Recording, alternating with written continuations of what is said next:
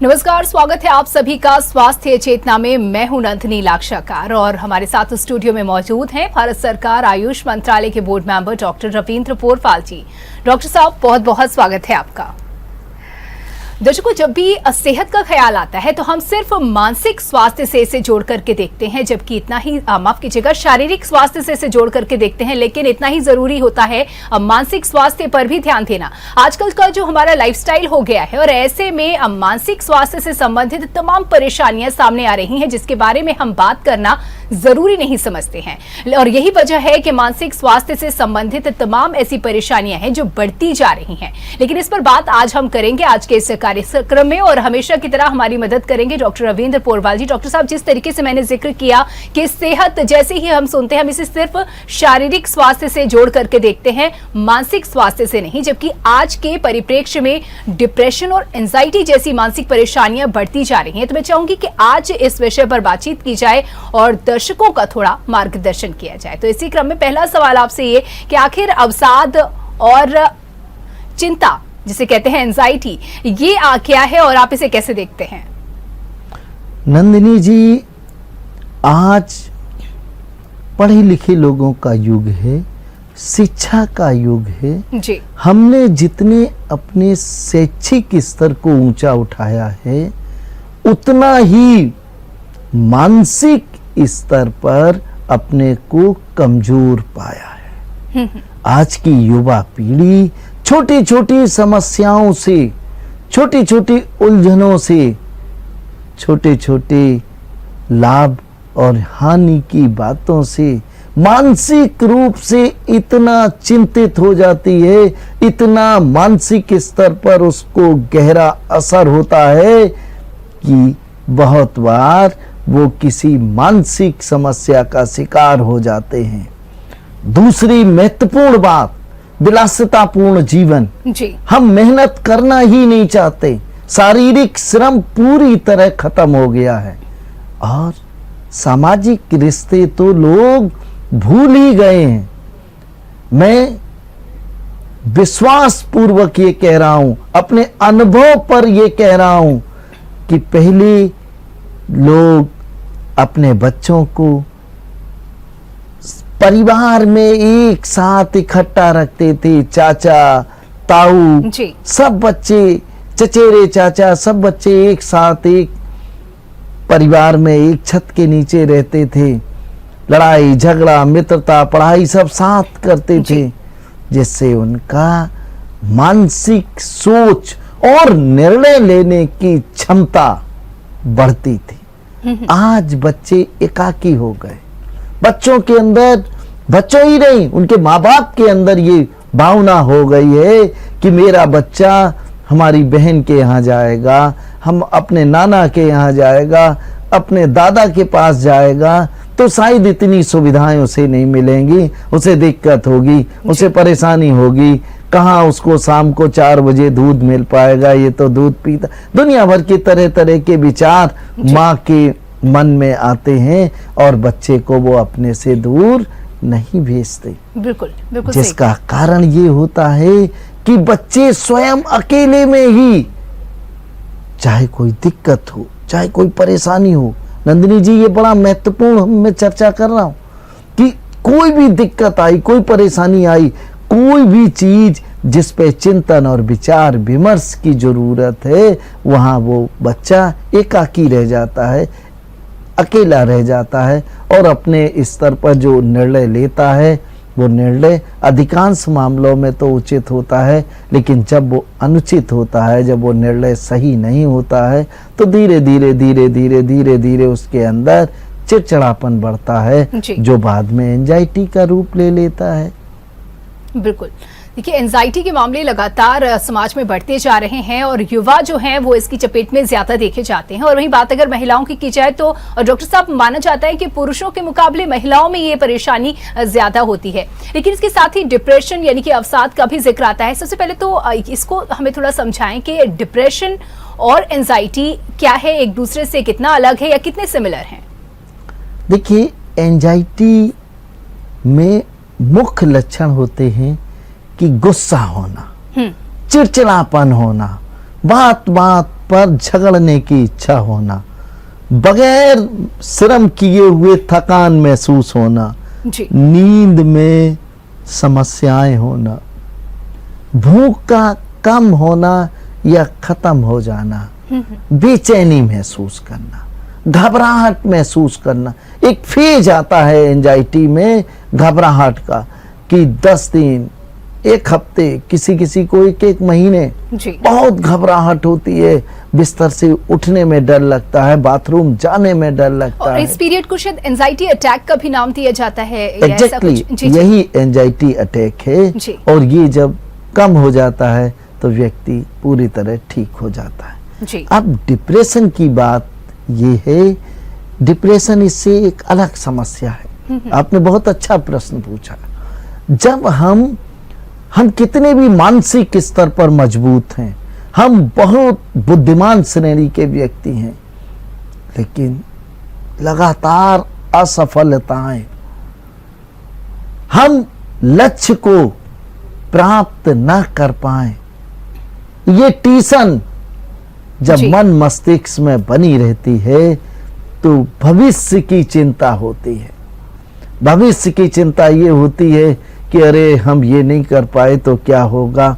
बहुत से लोग नौकरी खोने के डर से, अभी कोविड में बहुत से लोगों के साथ बहुत दुखद घटनाएं हुई हैं, वो डिप्रेशन का शिकार हो गए। उसमें क्या होता है, लोग मन में क्या विचार आता है कि अगर मेरी नौकरी खो गई तो मेरे बच्चों का क्या होगा, मेरी पत्नी का क्या होगा, दर दर की ठोकरें खानी पड़ेंगी, हमारा बिजनेस चौपट हो गया तो हम कर्ज कैसे चुकाएंगे, हमें पुलिस जेल में डाल देगी। निगेटिविटी, बहुत नकारात्मक चिंतन की भावना पैदा हो जाती है, और जब ये ज्यादा बढ़ जाती है तो व्यक्ति किसी भी प्रकार का निर्णय लेने की स्थिति में नहीं रह पाता, अनिर्णय की स्थिति होती है।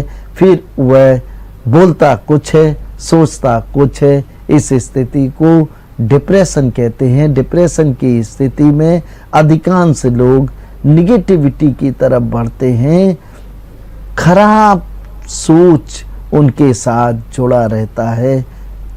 लेकिन एंजाइटी इससे अलग होती है। एंजाइटी में तो गुस्सा बढ़ता है, चिड़चिड़ापन बढ़ता है, घबराहट होती है। और डिप्रेसिव मोड में जब आदमी होता है तो उसका सोच, उसका उत्साह, उसका कॉन्फिडेंस सब गिर जाता है। जी, तो ये डिफरेंस है एंजाइटी और डिप्रेशन में। बात अगर की जाए एंजाइटी की, तो हम कैसे समझे कि हम एंजाइटी की ओर जा रहे हैं? क्योंकि देखिए, चिंता होना, गुस्सा आना कभी कभी ये सामान्य भी है। हर एक इंसान जो खुश होता है उसे नाराजगी भी होगी, और अगर निश्चिंत रहता है तो कभी किसी सिचुएशन में चिंता भी होगी। लेकिन असामान्य कब हो रहा है ये? कब हम एंजाइटी की कैटेगरी में आ रहे हैं, एक मेंटल डिजीज की कैटेगरी में आ रहे हैं, ये कैसे समझा जाए? नंदिनी जी, जब किसी युवा को थकान लगने लगे, सुबह सो के उठे, थकान, रात भर आराम किया, उसके बाद सुबह उठने पे थकान, आलस लग रहा है, काम पे जाने की इच्छा नहीं, एंजाइटी का प्रारंभिक शुरुआत हो गया है। स्कूल से पढ़ के आए, कॉलेज से आए, बैग बेड पे फेंक दिया, लेट गए, पानी पिया, लेट गए, बोले थोड़ा सा रेस्ट चाहिए, रिलैक्स। अगर घर में किसी ने कुछ बोल दिया, बोले अभी तो आए हैं कॉलेज से, थोड़ा रिलैक्स होने दो। सही स्थिति ये है कि वो बच्चा, वो युवा एंजाइटी की तरफ बढ़ रहा है। खाना आने में अगर 5 मिनट की देरी हो गई तो पेशेंस नहीं है, लड़ाई करने पे उतारूं, गुस्सा करने पे उतारूं, खाना फेंकने लग गए जी। और सबसे बड़ा बात ये कि बात बात पे चिल्लाना, झुलझुलाहट, चिड़चिड़ापन, ये एंजाइटी का प्रतीक है। एंजाइटी में आमतौर से मेमोरी लॉस नहीं होता जी। लेकिन डिप्रेसिव मोड में व्यक्ति का मेमोरी लॉस होने लगता है, क्योंकि जब डिप्रेशन में व्यक्ति होता है तो फिजिकली तो बैठा कहीं है, सोच रहा है दूसरे की बात, वो हमेशा अतीत में या भविष्य में, इन दो चीजों में, भविष्य की घटनाओं के प्रति या अतीत में जो बीत चुका है उसके प्रति ही चिंतन करता रहता है, और नकारात्मक सोच उसकी कॉन्फिडेंस लेवल को, उसके आत्मविश्वास और उत्साह को नुकसान पहुंचाते हैं, कमजोर कर देते हैं। जी, तो हम इस तरह से समझ सकते हैं कि हम किस ओर जा रहे हैं। बात अगर डिप्रेशन की जाए तो डिप्रेशन के शुरुआती क्या लक्षण हो सकते हैं, या आगे बढ़ते हुए कुछ ऐसे सिम्टम्स जिसे इमरजेंसी सिचुएशन कहा जाए, क्योंकि बहुत बार कुछ ऐसी अनहोनी हो जाती है और बाद में पता चलता है कि आखिर मानसिक स्थिति क्या थी या समस्या क्या थी बहुत देर होने के बाद में। तो कुछ ऐसी अलार्मिंग सिम्टम के बारे में हमें बताएं, या फिर बिगनिंग सिम्टम्स के बारे में हमें बताएं। नंदिनी जी, सबसे पहले प्रारंभिक लक्षणों जी, मैं निवेदन करूंगा अपने जेएमडी के दर्शकों से, जो वर्षों से अपने शो को देखकर लाभ उठा रहे हैं, स्वास्थ्य लाभ उठा रहे हैं, और अनेकों रोगों से जिन्होंने मुक्ति पाई है। जी, मेरी बात को जरा ध्यान से समझिएगा। अगर आपका बच्चा 8 वर्ष से अधिक आयु का है, 8 वर्ष से 50 वर्ष की आयु के बीच के, चाहे स्त्री हो, लड़के हो, विद्यार्थी हो, छात्र हो, लड़कियां हो, प्रौढ़ हो, कोई भी हो, एज ग्रुप 8 से 50 वर्ष, जी, अगर ये लोग अपने काम से वापस आने के बाद बहुत थकान महसूस करें, अगर मैच्योर है, 45, 50 प्लस, 50 के आसपास हैं, आते ही थक गए, पैर दबा दो, पैर में तेल चुपड़ रहे हैं, थकान महसूस कर रहे हैं, खाना के लिए घर में पूछा जा रहा, बोले अभी नहीं, बाद में खाते हैं, थक गए हैं, हाँप रहे हैं, समझिए कि इनका कॉन्फिडेंस गिर रहा है, इनके अंदर कहीं नेगेटिविटी तो नहीं बढ़ रही है। जी, फिर ध्यान देने की जरूरत है कि गुस्सा, चिड़चिड़ापन, बात में कुतर्क करना, तर्क नहीं कुतर्क करना, फालतू का बात। और जब युवा पीढ़ी होती है, विशेषकर विद्यार्थी, तो ये पेरेंट्स को ऐसे उदाहरण देने लगते हैं कि वो हमारी फ्रेंड के चाचा को ऐसा हो गया तो उन्होंने सुसाइड कर लिया, मतलब सॉल्यूशन वाली बात नहीं करेंगे, ये निगेटिविटी की बात करते हैं, ऐसी बात करते हैं जो हतोत्साहित करने वाली हो।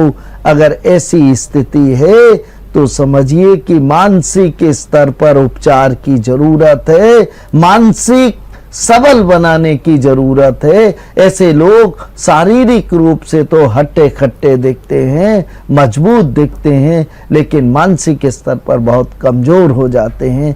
नंदिनी जी, मैं एक उदाहरण देना चाहता हूं। मेरे संपर्क में एक आध्यात्मिक संस्थान के, मेडिटेशन संस्थान के एक वरिष्ठ पदाधिकारी आए, जिन्हें 40 साल का ध्यान का अनुभव था, और उन्होंने हजारों हजार व्यक्तियों के अवसाद को दूर करने में मदद की। लेकिन जब वो हमारे पास दिखाने के लिए आए, परामर्श के लिए आए, तो 3 आदमी उनको पकड़े हुए थे। यानी कि एक ऐसा इंसान जिन्होंने लोगों को गाइड किया, उनकी मदद की, उन्हें मदद की जरूरत पड़ी। 3 आदमी उनको मजबूती से पकड़े हुए, जी। और वो एक एक कदम ऐसे चल रहे हैं जैसे बहुत बोझिल कदमों के साथ, उठा नहीं पा रहे हैं कदम, पैर लड़खड़ाए जा रहे हैं, कोई सपोर्ट के बगैर गिर जाएं। जब वो हमारे पास आने को हुए तो 5 कदम पहले मैंने उनके जो साथ 3 लोग थे, मैंने कहा इनको छोड़ दो, इनको छोड़ दीजिए।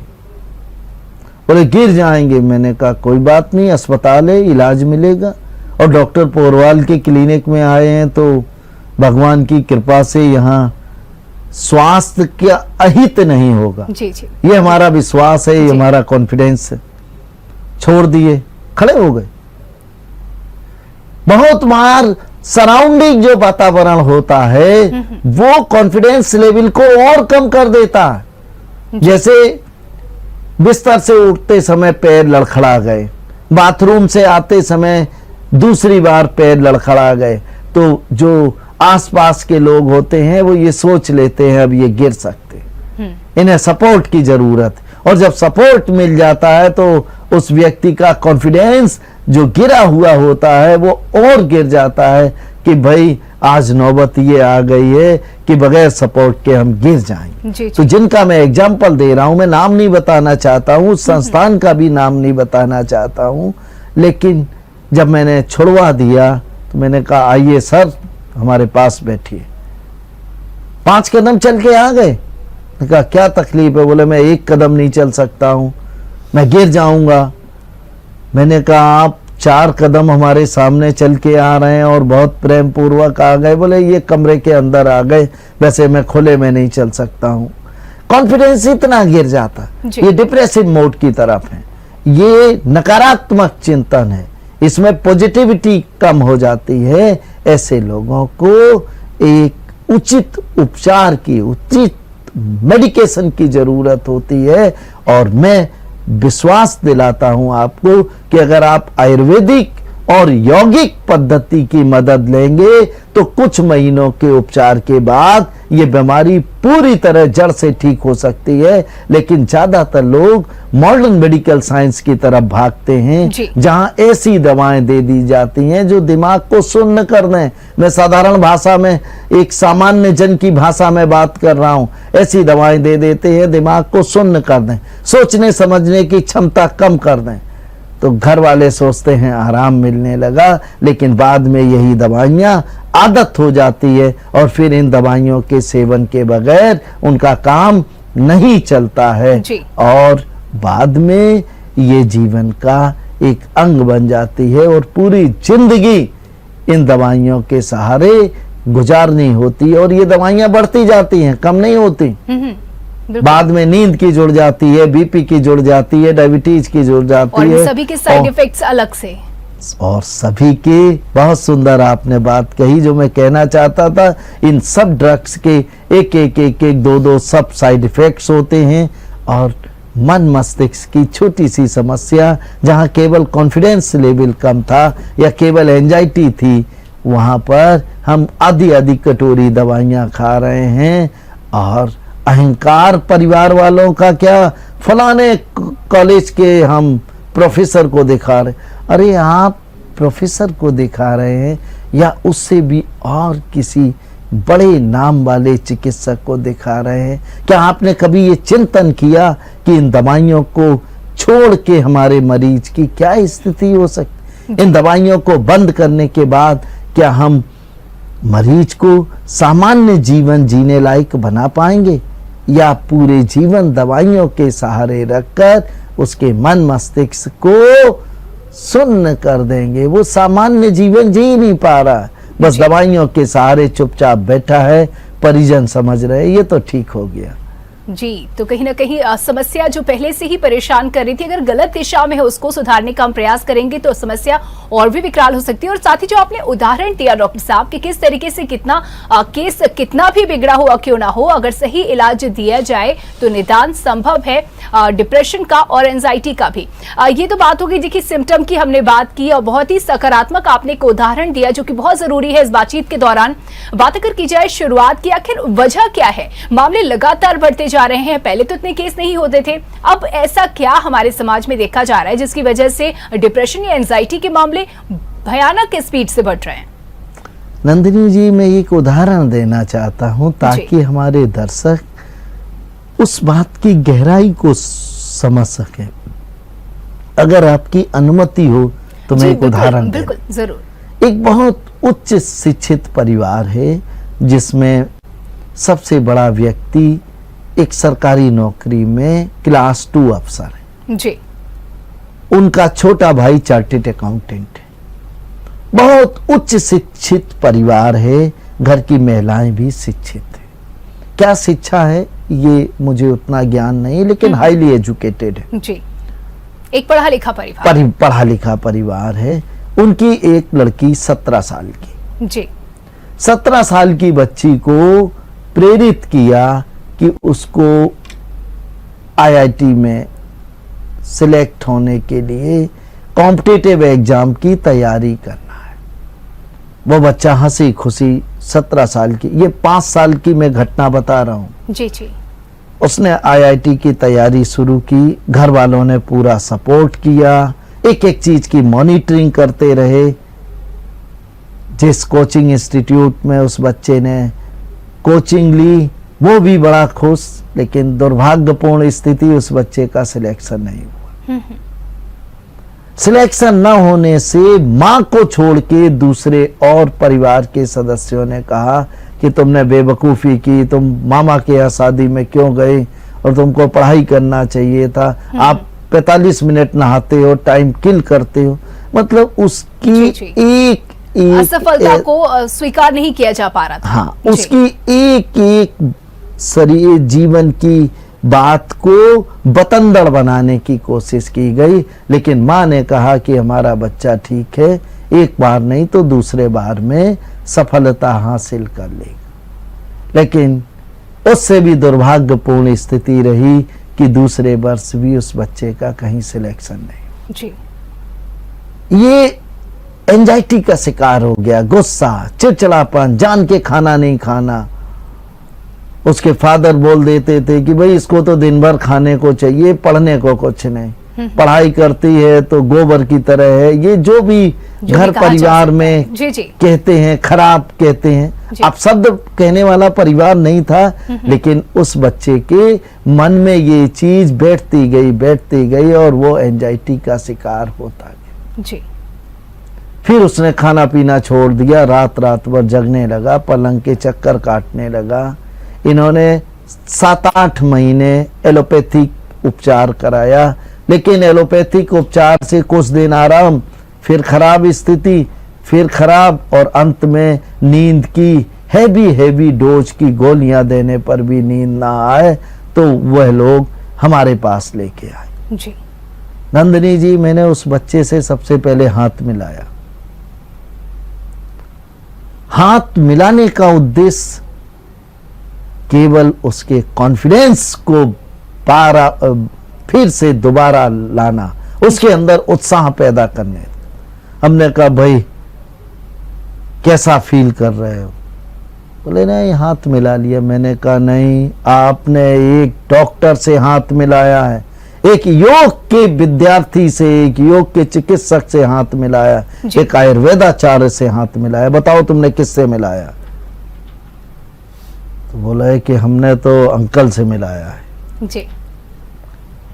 उसका धीरे धीरे बात करके उसकी बात को समझा, और नंदिनी जी 4 से 5 महीने उपचार करने के बाद उसका कॉन्फिडेंस लेवल फिर से वापस लाए, और 2020 में वो सिविल सर्विसेज की एलाइड सर्विसेज में सिलेक्ट हो गई। जी।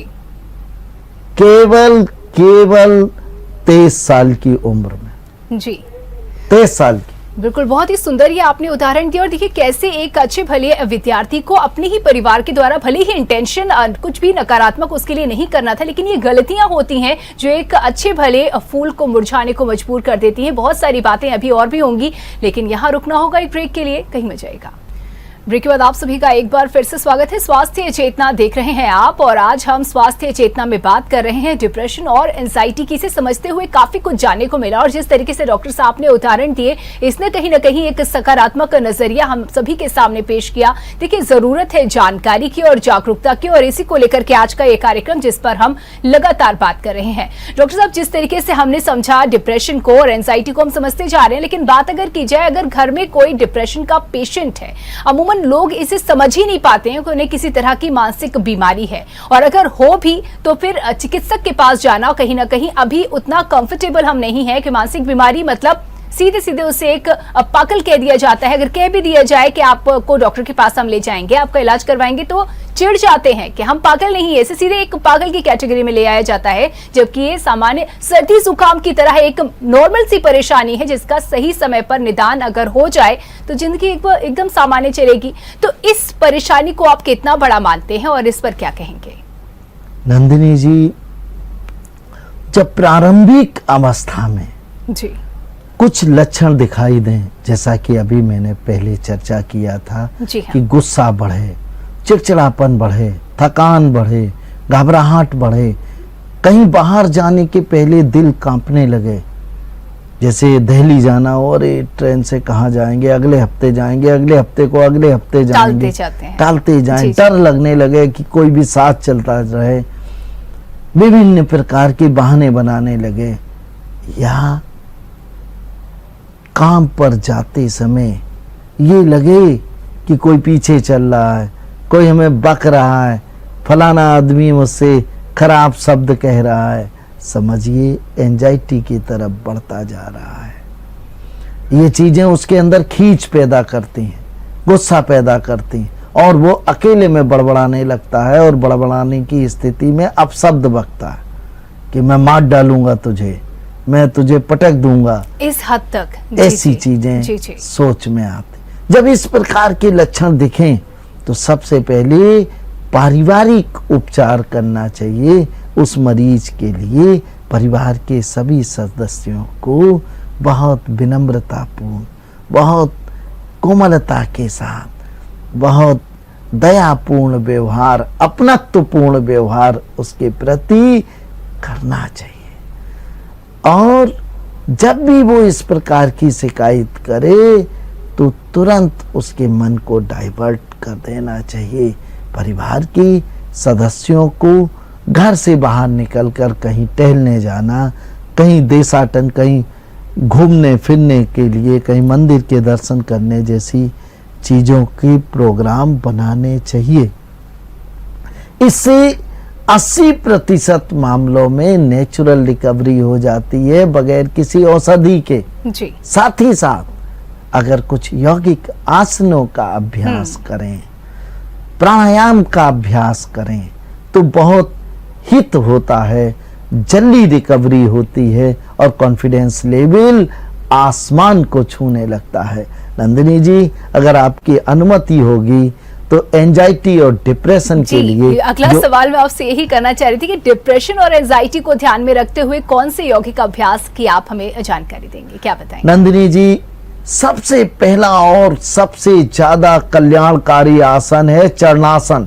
जी। चरणासन उन बच्चों के लिए भी अच्छा आसन है जो बचपन से गुस्सैल होते हैं, जिद्दी होते हैं, बात बात में चिल्लाना, शोर मचाना उनकी आदत होती है, सामान फेंक देना। ऐसे बच्चों को और एंजाइटी, डिप्रेशन के शिकार बच्चे, बड़े, बूढ़ों सबको 2 मिनट तक आप केवल चरणासन का अभ्यास करा दें, 1 सप्ताह के अंदर बहुत फर्क आ जाता है, बहुत परिवर्तन आ जाता है। चरणासन के अतिरिक्त पक्षी आसन, पक्षी आसन कॉन्फिडेंस लेवल को बढ़ाता है।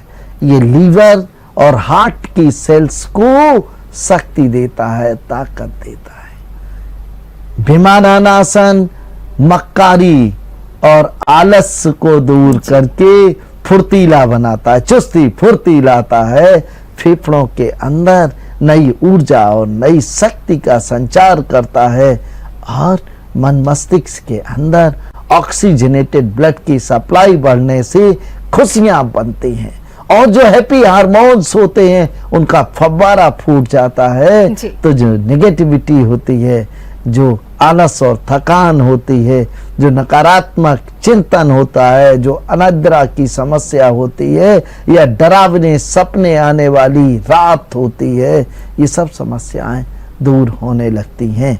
प्राणायाम में उज्जाई प्राणायाम बहुत हितकारी है, लेकिन सर्दी में भी गर्मी हो और गर्मी में तो बहुत ही गर्मी लगे तो ऐसे लोगों को शीतकारी प्राणायाम का अभ्यास कराने से मस्तिष्क कूल हो जाता है, शांत हो जाता है, एकाग्रता बढ़ती है, सोचने की शक्ति बढ़ती है। भस्त्रिका और कपालभाति भी बहुत हितकारी होते हैं, लाभकारी होते हैं। और अंत में एक महत्वपूर्ण उपचार बताना चाहता हूँ, हार्टफुलनेस मेडिटेशन बहुत ताकत रखता है नंदिनी जी। ये वो मेडिटेशन होता है जिसके लिए हमें कहीं जाने की जरूरत नहीं है, स्वतः हम घर पर कर सकते हैं।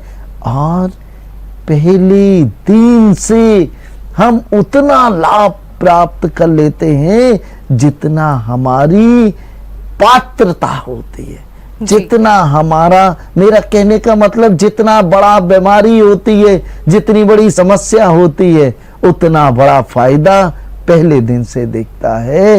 ये ऐसा मेडिटेशन है जो मस्तिष्क की विभिन्न हार्मोनल सिक्रीशंस को सामान्य करने के साथ साथ हमारे मेटाबॉलिज्म को भी व्यवस्थित करके हमारे कॉन्फिडेंस को बढ़ाता है, हमारे उत्साह और प्रसन्नता को बढ़ाता है। जी, तो ये योग और आसन जिस तरीके से आपने बताया, साथ ही हार्टफुलनेस मेडिटेशन का भी आपने जिक्र किया। और डॉक्टर साहब, जिस तरीके से हम बात कर रहे हैं छात्रों को ध्यान में रखते हुए अब तक की जो चर्चा रही है, बात रही, लेकिन जैसा कि मैंने एक इस बात का भी जिक्र किया कि हम समाज में अक्सर ये पाते हैं कि पुरुषों के मुकाबले महिलाओं में डिप्रेशन और एंजाइटी के मामले ज्यादा देखने को मिलते हैं कंपैरेटिवली। तो ऐसी क्या वजह है कि महिलाओं को भी इस तरह की परेशानी ज्यादा हो रही है, और क्या उनके लिए किया जा सकता है, या परिवार की क्या भूमिका होनी चाहिए? नंदिनी जी, मैं प्रश्न का जवाब देने से पहले महिलाओं के संदर्भ में एक सामाजिक भ्रांति को भी दूर करना चाहूंगा। जी। लोग कहते हैं कि 3 महिलाएं बैठा दें, तीनों का जवान बंद नहीं होगी। अच्छा, बराबर बोलते रहेंगे। मतलब बोलती ऐसा बहुत आपने भी सुना हो? बिल्कुल बिल्कुल सुना है मैंने, हालांकि मैं इससे सहमत नहीं होती हूँ। ये एक भ्रांति है जी। महिलाओं का ज्यादातर वक्त घर परिवार में बीतता है। घर परिवार के साथ ही वो अपने काम में लगी रहती हैं, अपनी जिम्मेदारियों का निर्वाह करती हैं। उन्हें बाहरी लोगों से ज्यादा मिलने, मेल मिलाप का मौका नहीं मिलता जी। जबकि पुरुष अपनी शॉप पर हैं, काम पर गए हैं, कई लोगों से बातचीत करते हैं, पूरे दिन बात करते हैं। यही फर्क होता है। जब महिलाएं रिलैक्स होती हैं, जब वो काम से फुर्सत पाती हैं या बाजार जाती हैं या कहीं जाती हैं, तो उनके दिल में, उनके मन में इतनी बातें भरी होती हैं शेयर करने के लिए कि वक्त कम होता है, बातें ज्यादा होती हैं। तो वो कोशिश करते हैं कि अपने निकटतम को या जिससे हम बात कर रहे हैं उसके साथ जो रिलेवेंट टॉपिक है उस पर हम ज्यादा से ज्यादा बात कर लें ताकि मन हल्का हो जाए। कह सकते हैं कि पूरे दिन की कसर वो कुछ ही समय में निकाल लेना चाहते हैं। नंदिनी जी नहीं, ये नहीं कह सकते। अच्छा, पूरे दिन नहीं, पूरे महीने की, और कई बार तो सालों की, कई महीनों की। सही कहा जा सकता है। हाँ, बिल्कुल सही कहा आपने। तो क्योंकि उनके पास बाहर निकलने का, कई महीने 2 महीने में बाजार जाना, महीने 2 महीने में कोई रिलेटिव आना, तो वो अपने मन की बात को अगर नहीं करें तो डिप्रेसिव मोड में चले जाएंगे। उन्हें उस बात को करने के लिए शरीर और मन, मस्तिष्क यानी कि प्रकृति प्रेरित करती है। इसलिए ये भ्रांति दूर होनी चाहिए कि महिलाएं चुप नहीं बैठ सकती। बहुत ही व्यवहारिक, बहुत महत्वपूर्ण ये तथ्य है जिस पर आपने प्रकाश डाला, बहुत जरूरी था। अब बात करते हैं कि महिलाएं क्यों डिप्रेसिव हो जाती हैं।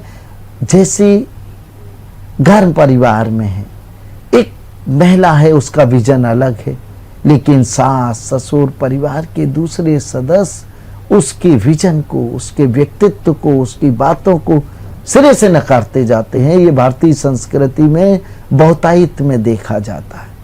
नकारते जाते हैं, उसकी सही बात को भी सुनने को तैयार नहीं होते। उसको घर के जो सबसे निम्न स्तर पर जो व्यवस्था होती है उसके सोच के बराबर के मानते हैं। माने ये सोचते हैं कि इनका बौद्धिक स्तर शायद बड़े लोगों के बीच में डिस्कशन का नहीं है। ये निहायत गलत सोच है और दुर्भाग्यपूर्ण स्थिति ये है, पढ़े लिखे परिवारों में भी, आधुनिक युग में भी, जहां शिक्षा सर्वोपरि है, महिलाओं को, बच्चियों को उच्च शिक्षा दिलाते हैं, लेकिन उनके मशवरे को, उनके ज्ञान का उपयोग घर और व्यापार या दूसरे और चीजों में करने में परहेज करते हैं। बोले ये तो लड़की है, बैठो जी जी, लड़की है, बैठो भाई। कहीं ना कहीं ये बातें उनके व्यक्तित्व पर आघात करती हैं और मुझे लगता है बिल्कुल यही चीज उन्हें डिप्रेसिव मोड पर ले जाती है।